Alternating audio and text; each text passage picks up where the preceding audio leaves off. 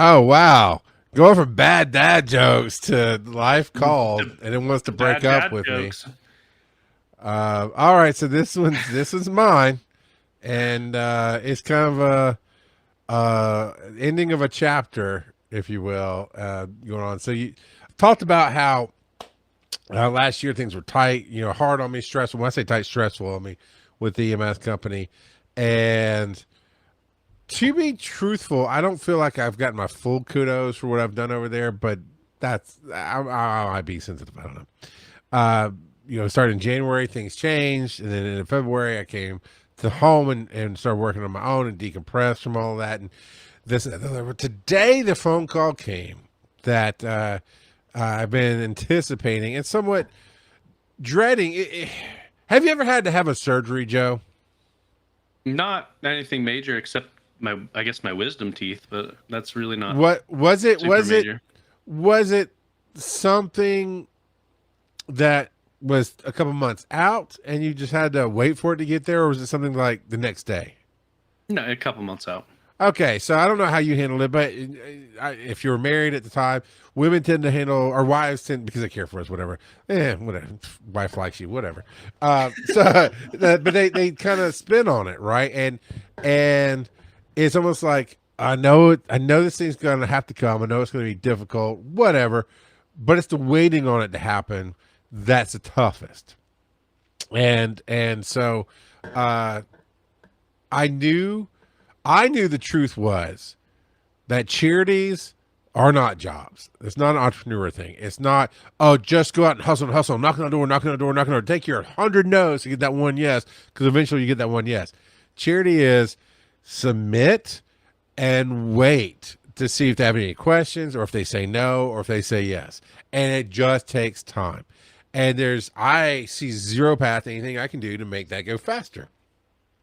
So we've submitted 30 different 30 different Solicitations?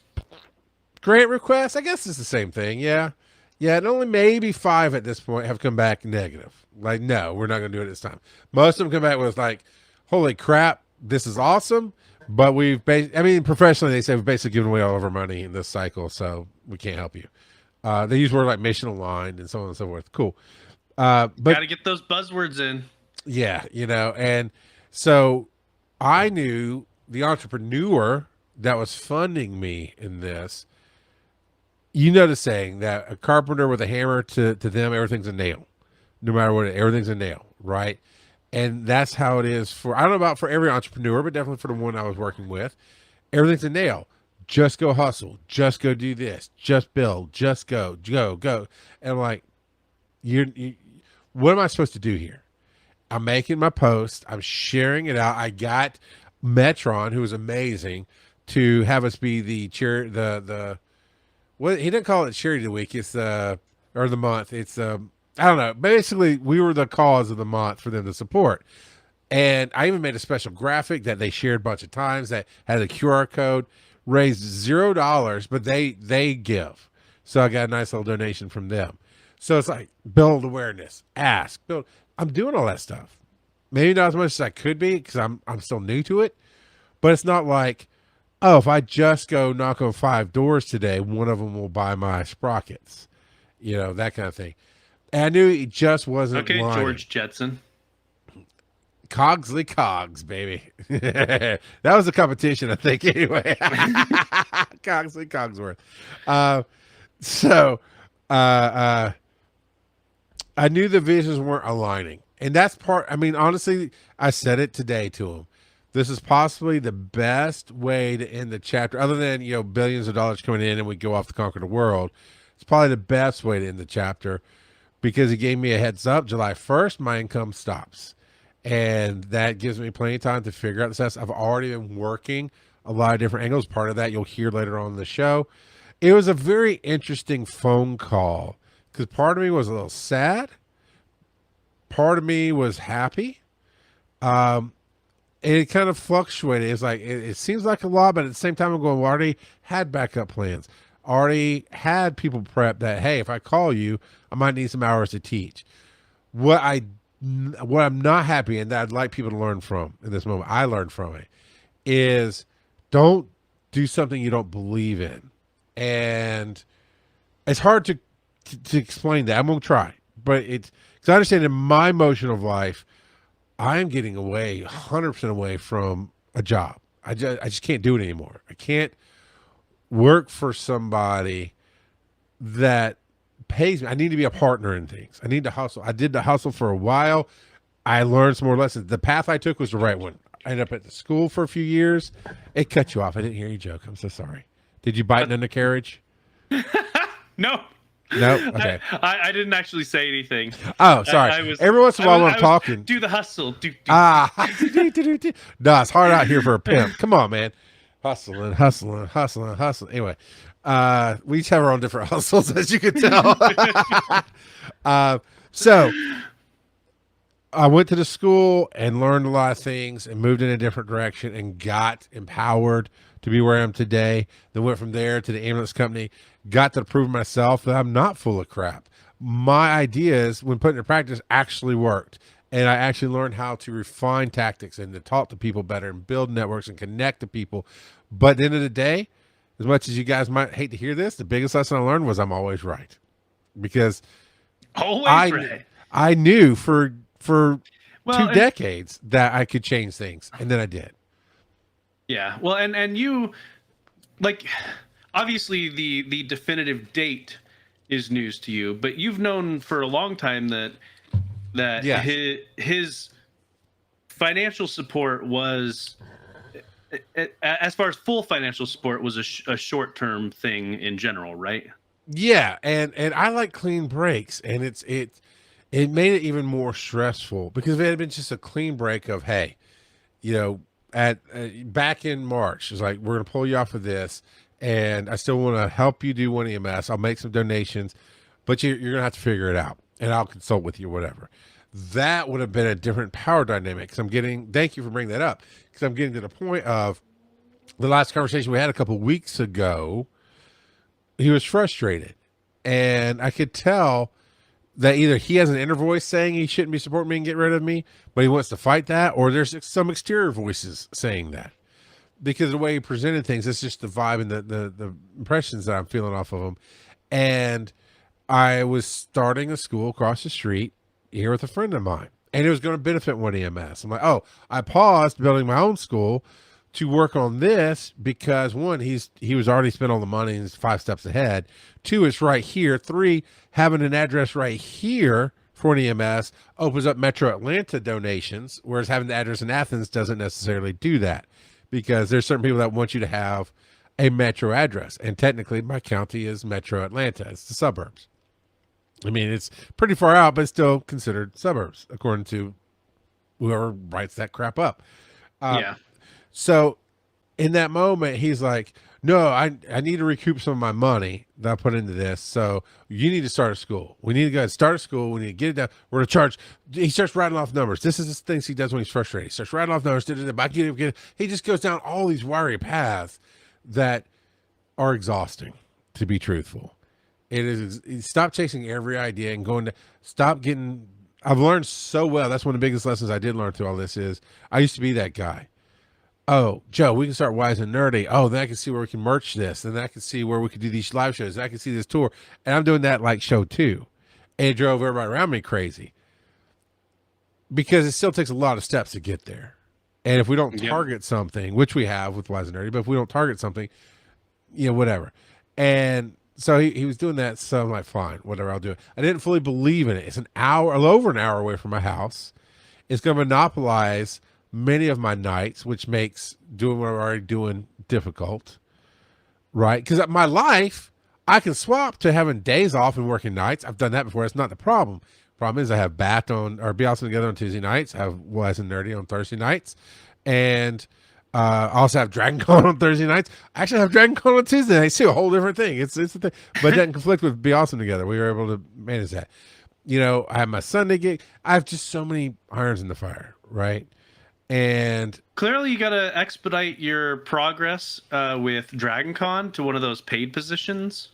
Yeah, no kidding. You don't think I'm going to call up Regina tomorrow like, hey, I've How do you got like me some now? time on my hands. Yeah. How about you get me in that 401k, get me on payroll? Yeah. I don't need your 401k. I just need payroll. I just need payroll. That's all I need. I'm easy like that. I'm Well, easy.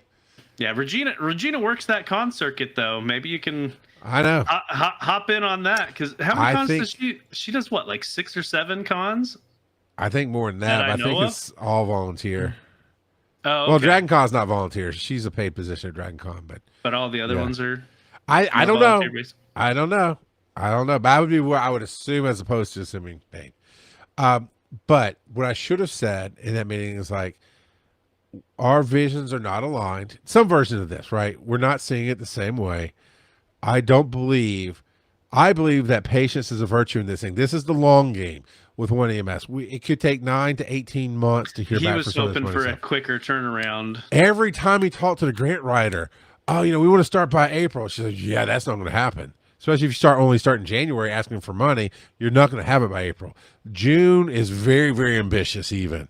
But you have to have a date. Well, and yeah. not only that, but in the medical field right now, I mean, mine's only tangentially related to medical because it's insurance, but all of the company talk is insurance usage has skyrocketed, and so we, at least our insurance company, and I don't know how other insurance companies are handling it, we have frozen all hiring except Sure. for like absolutely necessary. We've frozen all executive spending, like going to conferences and anything that's not day-to-day business. Like that honestly doesn't affect what I do. No, but the people who you might be soliciting or requesting Well, grants from, I'm reaching out to I don't know who. big bigs like Home Depots of the world and Wells Fargo's and those kind of things of the multi-million-dollar corporations that give away hundreds of thousands, if not millions of dollars to have their tax write-offs and to look good standing there with a big fat check. Look, we supported EMS kind of deal. I mean, the company I work for does stuff like that. So, well, yeah, and you know what? I would hope. I know how bad this sounds, and people, you can add us all day long, but that's two different departments. When you're talking about payroll and hiring versus charitable giving is a write-off for them, and it's free PR as opposed to paying for marketing. It is, but write-offs don't cover the entire cost of what you've donated. It should. Why not? I mean, I'm not an attorney. Let's get back to my story. You just go back thinking about that chicken in the poop, okay? Or the pond or whatever it was in. I don't know what it's in. I wasn't listening. I tuned out these jokes. The horse in the saddle. Yeah, the horse was in the saddle, and the chicken was in the Volvo. I don't know. So here's the thing, Joe. I should have said when he was like, I've got to be better. It's about power dynamics, and I'm working on this, and hopefully I'll never be in this position again because I want to be working for myself for the rest of my life. So I can negotiate. I can stand on whatever. I can move things. But we're always working together as opposed to me working for you type of deal. Because there's a power dynamic that is there that when somebody's paying your entire payroll to make sure you have food on my table, that when they go, they're obviously irritated and they're not overtly threatening to take the money away, but there's always that underscore of the money can go away. That throws me off. And then inherently I go, okay, I'll do this thing even though I think it's the wrong thing to do.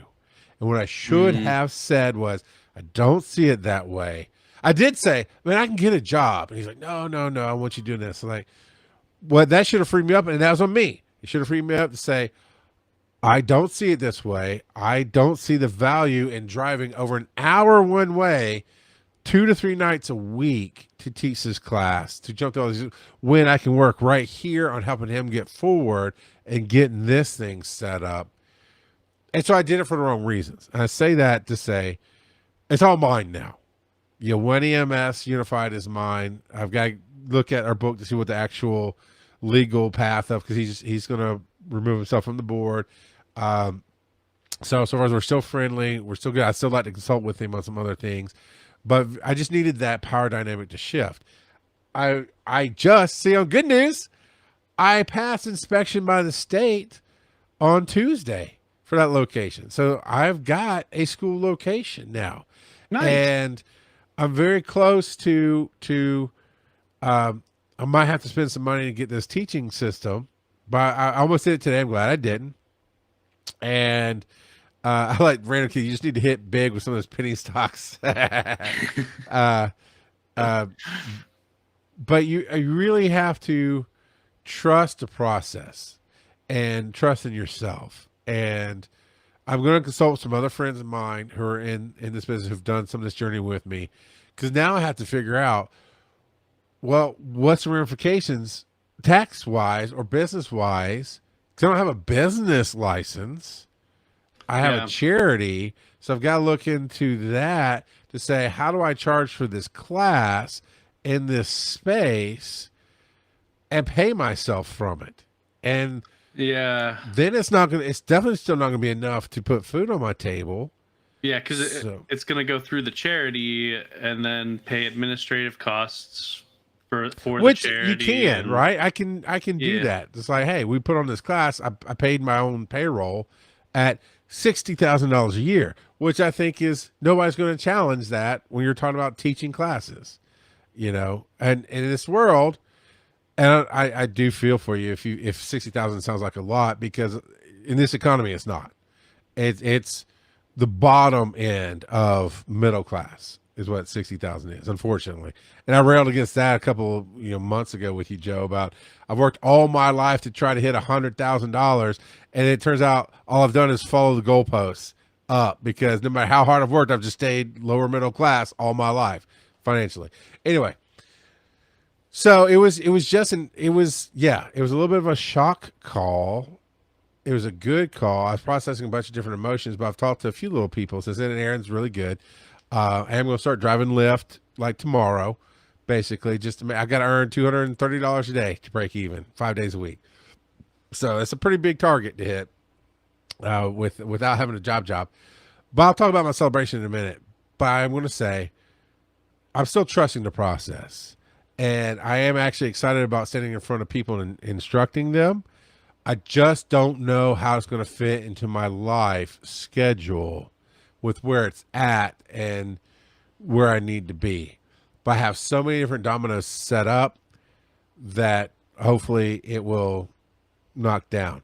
And I want to tell you this to all the dads out there and the lady daddies, if you will, that trust your instincts. If you feel like the end is near, I don't know how to phrase it otherwise. I'm not trying to be dramatic, but there's that sense that you have. If you're paying attention, you could feel the vibe change. You could just say something's off, something's different, and you may go and ask your supervisor or somebody. No.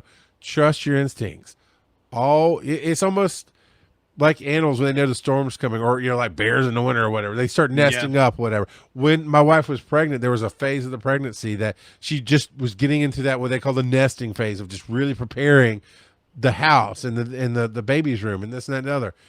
So you got to trust your instincts and going, this is not the first or the second or the third time I've seen it coming.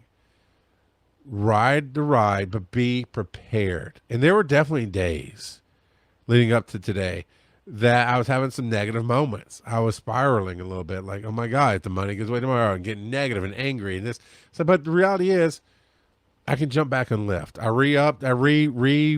made sure I did my profile on my acting page, not IMDb, which I do have, but my central casting background acting page is all up to date, and let them know that I'm available again. There are ways for me to make money. I already have friends that start tagging things out. John says I would trust my life riding with a Lyft driver who's an EMT. Yeah, I'd hope so. Also, I'm very highly entertaining when I drive. But there's that too. I have my EMT numbers. I can find a way to get a part-time job that fits the way I want to work and bring in some money. So there's no, oh my God, shock. And the reason there's no, oh my God, shock is because I've spent my life paying attention to the fact that I make it through everything, number one. Number two is I prepare. We've been saving money. We've talked about scenarios over and over again, my wife and I, about what would happen if, and we're mentally ready to go, okay, we're going to put our plan into action. And I then immediately texted a few friends and said, okay, I got the call. And, you know, if you know of anything, I'm just looking for some like freelance pickup work, that kind of stuff. I'll figure it out. Don't think I'm not going to call Regina tomorrow. I'm like, hey, I'm not going to actually do this, but I can't help it. I keep thinking about Criminal Minds and Shamar. Hey, baby girl, let me get a job from you.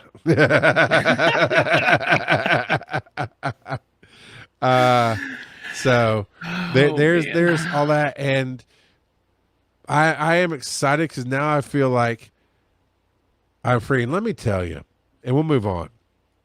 Yeah, you can say whatever you want to say. No, go for But it. the happiest I ever was the first time I got laid off and lost my job, and just got on the hustle. And I was doing live events, and which is actually something I could probably do again, although I'm not entirely sure with the chaotic schedule. I don't know if I want to do that. But I was doing AV stuff. I was driving Lyft when it first came to Atlanta, so it was a lot harder than now to get those things working. I was doing karaoke, like hosting it. I was hosting trivia. I was hustling, and I was so happy because I worked on my terms, and I was hungry because we literally had to bring. Yeah, laid off. Yeah, random kid. That's the quote for tonight. The happiest I ever was the first time I got laid off, and because it drove my wife crazy because she needed that stability. She didn't know how to see the world I could see. And she literally went for a year telling people when they asked her, what does your husband do? She goes, I don't know. He tells people to pay him and they do. You know, that's a direct quote. And, you know, I loved it, but I realized how chaotic it was for her. And so I started picking up the other stuff that led me to where I'm today. But it did lead me to where I'm today, to where she can see how the pieces work, that she knows no matter what, I'll always put food on the table, and it's all good. So prepare for your future. Never get complacent. And even if you're happy in your job, one, you should always be saving for the rainy day because you're going to retire at some point. But you should always, every 6 months, be looking to see what's out there and see what works for you, because you never know what opportunities are there. Even if you like your job now, there might be your perfect job, your happiest spot in life right over here. But if you don't look up, you won't see it. So there's a Dilbert t-shirt I have where Dogbert says that I'm not unemployed. I'm a consultant. Go look at my Facebook page, John. I said, well, one, I'm in the market for a sugar daddy. But if I don't get the sugar daddy, I'm in the market as an EMS consultant, a digital media consultant, and producer. Yeah, those kind of things. So He wants to consult with your wallet. absolutely. So, all right, real quick. Let's as you roll the dice, put this. I'm gonna put this one up from Random Kid. I'm gonna read it. Okay. There. Random Kid says, the strangest Lyft story. My driver was asking for advice about how to handle arranging a collab with his girl and a side piece. And I mispronounced that intentionally wrong. But yeah, that's inappropriate. It's quite the Lyft conversation to have.